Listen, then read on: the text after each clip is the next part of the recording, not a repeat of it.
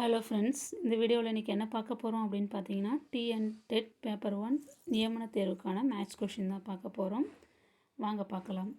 First question, 44 மூலைவிட்டங்கள் உள்ள ஒரு பலகோணத்தின் பக்கங்களின் எண்ணிக்கை கேட்டிருக்காங்க. இது ஃபார்முலா யூஸ் பண்ணி தான் போடணும். என்ன ஃபார்முலா அப்படின்னு பார்த்தீங்கன்னா, NC2 - n இதுதான் ஃபார்முலா. அது இந்த 14 மூலைவிட்டங்கள் கொண்ட ஒரு பலகோணத்தின் பக்கங்களின் எண்ணிக்கை கண்டுபிடிக்கிறதுக்கு இந்த ஃபார்முலா ஈக்குவல் டு 44 இப்படி போட்டுதான் நீங்கள் கண்டுபிடிக்கணும். இதில் என்னோட வேல்யூ என்னன்றது பக்கங்களின் எண்ணிக்கை, என்னோட வேல்யூ கண்டுபிடிக்கணும். இதுதான் ஃபார்முலா NC2. இதுலேருந்து என்ன மைனஸ் பண்ணணும். மைனஸ் பண்ணால் அது எதுக்கு ஈக்குவல்னால் அங்கே 44 பக்கங்கள் கொடுத்துருக்காங்களே அதான்.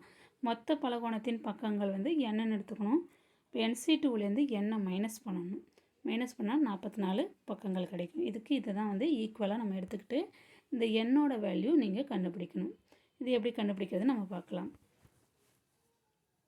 NC2 இது எப்படி விரிச்சு எழுதுது அப்படின்னா, எண்ணுலேருந்து ஒன்று மைனஸ் பண்ணணும். n × n - 1 டிவைடட் பை இந்த 2க்கு கீழே 2 வந்துடும் -1. இதுதான் ஃபார்முலா NC2. இது எப்படி எழுதணும்னா, இங்கே 2 கொடுத்தனால 2 டைம்ஸ் இதை விரித்து எழுதணும். n × n - 1 இதோட சின்ன நம்பர். இப்போ ஒரு நம்பர் கொடுத்துருக்காங்க அப்படின்னா பாருங்க, அந்த நம்பரில் நான் சொல்கிறேன் 5C2 இப்படி கொடுத்துருந்தாங்கன்னா, நம்ம இங்கே 2 கொடுத்துருந்தாங்கன்னா இந்த 5 2 தடவை விரித்து எழுதணும், குறைச்சி எழுதணும். 5 × 4 டிவைடட் பை இந்த 2 கீழே எழுதணும். ஓகேங்களா? இதே மாதிரி தான் இங்கே n கொடுத்துருக்காங்க. இங்கே n - 1 அப்படின்னு நம்ம ஃபார்முலாவை விரித்து எழுதணும். அதுதான் இங்கே எழுதியிருக்கேன். எண்ணுக்கு பதிலாக NC2 இங்கே 2 கொடுத்துருக்கனால n × n - 1 டிவைடட் பை 2 இந்த -n ஈக்குவல் டு 44. திருப்பி இது என்ன செய்யணும், n உள்ள ப்ராக்கெட்குள்ளே பெருக்கணும். n × n n², n × -1 -n divided by 2 -n equal to 44. இந்த 2 கிராஸ் மல்டிப்ளையில் பெருக்கணும். 2 இங்கே பெருக்கணும் 2n ஆகிடும்.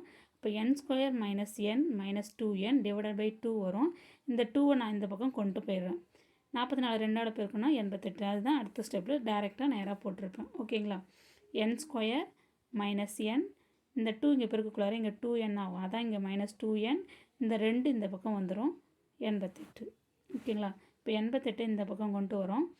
n² இங்கே ஒரு -n இங்கே ஒரு -2n 2 ஒன்று கூட்டினா -3n. அதான் இங்கே போட்டிருக்கேன். இந்த 88 இந்த பக்கம் வந்துச்சுன்னா -88 ஈக்குவல் டு 0.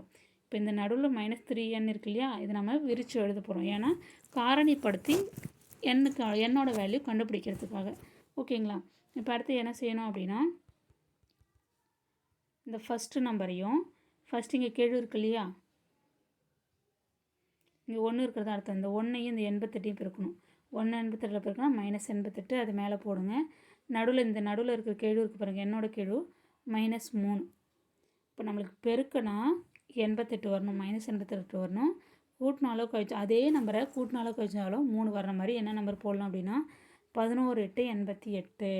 இப்போ 11 8ஆல் பெருக்கினா 88. இங்கே ஒரு மைனஸ் போட்டோன்னா இங்கே மைனஸ் வந்துடும்.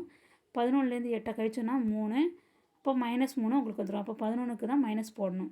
இதை நம்ம 3 எண்ணெய் -3 எண்ணெய் இப்படி விரித்து எழுதியிருக்கோம். 8 11 -11. அதை நம்ம கீழே எழுதுகிறேன். n² இந்த -3nக்கு பதிலாக தான் இது எழுத போகிறோம். -11n + 8n அதுதான் இங்கே போட்டிருக்கேன். ஈக்குவல் -88. இந்த ஃபஸ்ட்டு லாஸ்ட் டேர்மும் அப்படியே நீங்கள் இங்கே எழுதிக்கலாம். Equal to 0.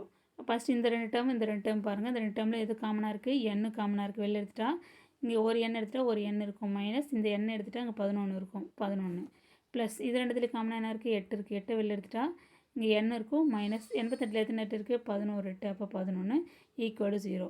இப்போ ரெண்டுத்துலேயும் காமனாக n - 11 இருக்குது. அதை நம்ம வெளியில் எடுத்துட்டேன். மீதி n - 11 எடுத்துட்டோன்னா மீதி என்ன இருக்கும், n இருக்கும். இந்த டேர்மில் என்ன இருக்கும், 8 இருக்கும். அப்போ n + 8 × n - 11. இது ஏற்கனவே இந்த மாடலில் ஒரு சம்மு பார்த்துருப்போம். லாஸ்ட்டில் எப்படி போடணும், இது ரெண்டுமே equal to 0. First 1 1 equal to 0 நம்ம தனியாக எடுத்து போகிறோம். இப்போ n + 8 ஈக்குவல் டு 0ன்னு போட்டுக்கணும். அடுத்த டேர்ம் n - 11 ஈக்குவல் டு 0. இந்த n இந்த பக்கம் போச்சுன்னா -8. n equal to -8. இந்த 11 அந்த பக்கம் போச்சுன்னா ஈக்குவல் அந்த பக்கம் போச்சுன்னா n ஈக்குவல் டு +11. இது மைனஸில் வேல்யூ வந்திருக்கு. இது எடுத்துக்கக்கூடாது. ஏன்னா பக்கங்களின் எண்ணிக்கை கேட்டிருக்காங்க, மைனஸில் வராது. அப்போ இந்த ப்ளஸில் இருக்கிற வேல்யூஸ் மட்டும் எடுத்துக்கணும். அப்போ n ஈக்குவல் டு 11. அப்போ ஆன்சர் வந்து 11. ஆப்ஷன் பியில் இருக்குது பாருங்கள். 44 மூலைவிட்டங்கள் உள்ள ஒரு பலகோணத்தின் பக்கங்களின் எண்ணிக்கை எப்படி இருக்கும், எத்தனைன்னு பார்த்தீங்கன்னா 11. ஓகேங்களா. இந்த ஃபார்முலா யூஸ் பண்ணி தான் இது மாதிரி சம் போடணும், பார்த்துக்கோங்க. இப்போ அடுத்த சம் பார்க்கலாம். முக்கோணம் ஏபிசி மற்றும் பாருங்கள், இது முக்கோணம் ஏபிசி. அடுத்து முக்கோணம் டிஇஎஃப். முக்கோணம் DEF. AB equal to EF. AB இங்கே இருக்குது, இதுவும் சமன்னு சொல்லியிருக்காங்க. இந்த பகுதியும் இதில் இந்த பகுதியும் வேறு கலரில் காமிக்கிறேன். இந்த பகுதியும் இதில் இந்த பகுதியும் சமம். ஓகேங்களா. அடுத்து என்ன இருக்குது, BC equal to DE. BC எங்கே இருக்குது, இங்கே இருக்குது. BC equal to DE.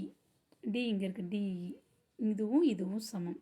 அடுத்து என்ன கொடுத்துருக்காங்க, CA equal to FD. CA இங்கே இருக்குது, சிஏவும் எஃப்டியும் ஈக்குவல்னு கொடுத்துருக்காங்க. அப்படி இருந்துச்சுன்னா கீழே 4 ஆப்ஷனில் எது வந்து சரின்னு கேட்டிருக்காங்க. ஓகேங்களா. இப்போ நம்ம எப்படி எழுதணும் அப்படின்னு பார்த்தீங்கன்னா, இந்த படத்துலேருந்தே நான் சொல்கிறேன். இது எப்படி எழுதுனா, ஏபிக்கு எது சமம், இஎஃப். அப்போ அந்த படம் எப்படி வரும்னா, இஎஃப்பை நீங்கள் போடுங்க, ஏபிக்கு நேராக போடணும் படத்தை. நான் என்ன எழுதியிருக்கேன், டிஇஎஃப்னு எழுதியிருக்கேன். இப்போ அங்கே ஈக்குவல்ட்டு இங்கே கொடுத்துருக்கிறதுனால ஏஇ எந்த பக்கம் இருக்கோ அதே பக்கத்தில் இஎஃப்பை நான் எழுதிட்டேன். அடுத்து என்ன சொல்லியிருக்காங்க, பிசி டிஇ. பிசி இங்கே இருக்குது, கீழே இருக்குது. டிஇ எங்கே இருக்குது, இங்கே இருக்குது. அதை நான் இங்கே கீழே எழுதுகிறேன், இங்கே எழுதிக்கிறேன், இந்த பக்கம் டிஇ. ஓகேங்களா. பிசி இந்த பக்கம் இருக்குது, நான் டி இங்கே இ இருக்கிறனால டி இங்கே எழுதிக்கிறேன். அடுத்து என்ன கொடுத்துருக்காங்க, சிஏ. சிஏ இந்த பக்கத்தில் இருக்குது, அது எதுக்கு ஈக்குவல், எஃப்டிக்கு ஈக்குவல். இங்கே எஃப்டின்னு நான் இங்கே போடுறேன். அப்போது இங்கே இ, இங்கே எஃப் வரணும். ஓகேங்களா. இப்போ அந்த படப்படி என்ன சொல்கிறேன்னா, முக்கோணம் ஏற்கனவே நமக்கு தெரியும், இது ஏ, இது பி, இது சி. இந்த படத்துப்படி நம்ம எப்படி போடணும்னா, ஏபிக்கு நேராக இஎஃப், இஎஃப். அடுத்து பிசி இங்கே இருக்கா, பிசிக்கு நேராக என்னது, டிஇ. இது டி, இது இ. சிஏ வந்து இந்த பக்கம் வர்றதுனால எஃப்டி, இது எஃப்டி இந்த பக்கம் வந்துருச்சு. ஓகேங்களா.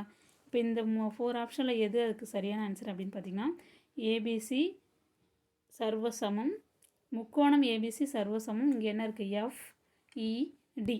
அந்த வடிவத்தில் நம்ம மாற்றிக்கிட்டோம். இதுதான் வந்து இதுக்கு கரெக்டாக இருக்கும், எஃப்இடி.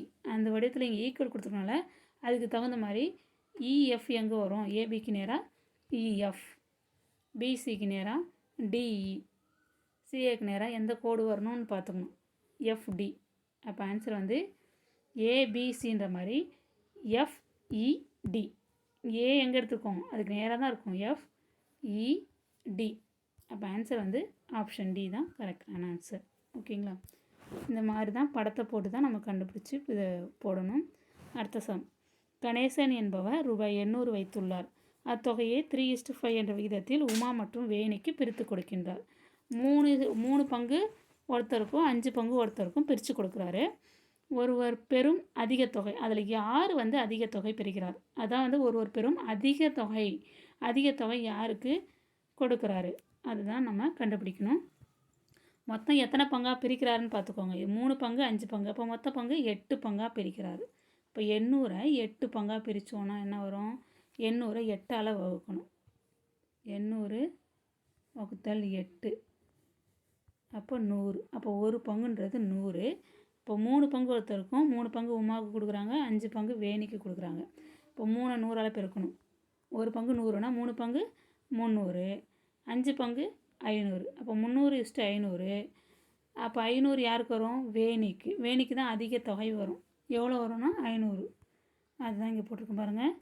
3:5 = 3 + 5 மொத்தம் 8 பங்கு.